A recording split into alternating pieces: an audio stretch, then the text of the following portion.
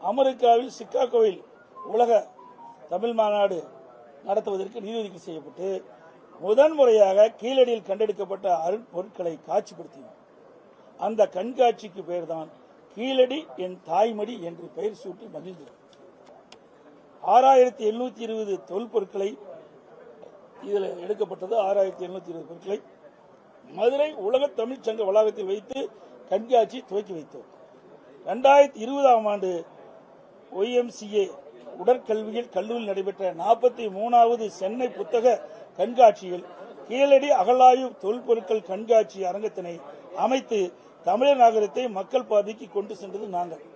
அந்த புத்தக கண்காட்சியில் அப்படி தத்துருவமா இந்த காட்சியெல்லாம் படுத்தினா அப்ப யாரு இருந்தாங்கன்னு தெரியும். திரு உதயச்சந்திரன் அவர்கள் தான் இந்த டிபார்ட்மெண்ட்ல அவர்கள் பதவியில் இருந்தார். கீழடியில் அகழ்வாராய்ச்சி செய்த ஒரே இயக்கம் அதிமுக. கீழடியை வைத்து சில பேர் அரசியல் செய்கிறாங்க. உங்களுக்கு எல்லாத்துக்குமே தெரியும்.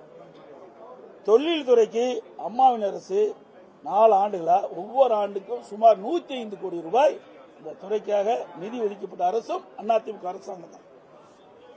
தமிழ்நாட்டில் நடைபெற்ற 39 அகழ்வாய்வில் 33 அகழ்வாய்வில் அதிமுக அரசு நடத்தும்.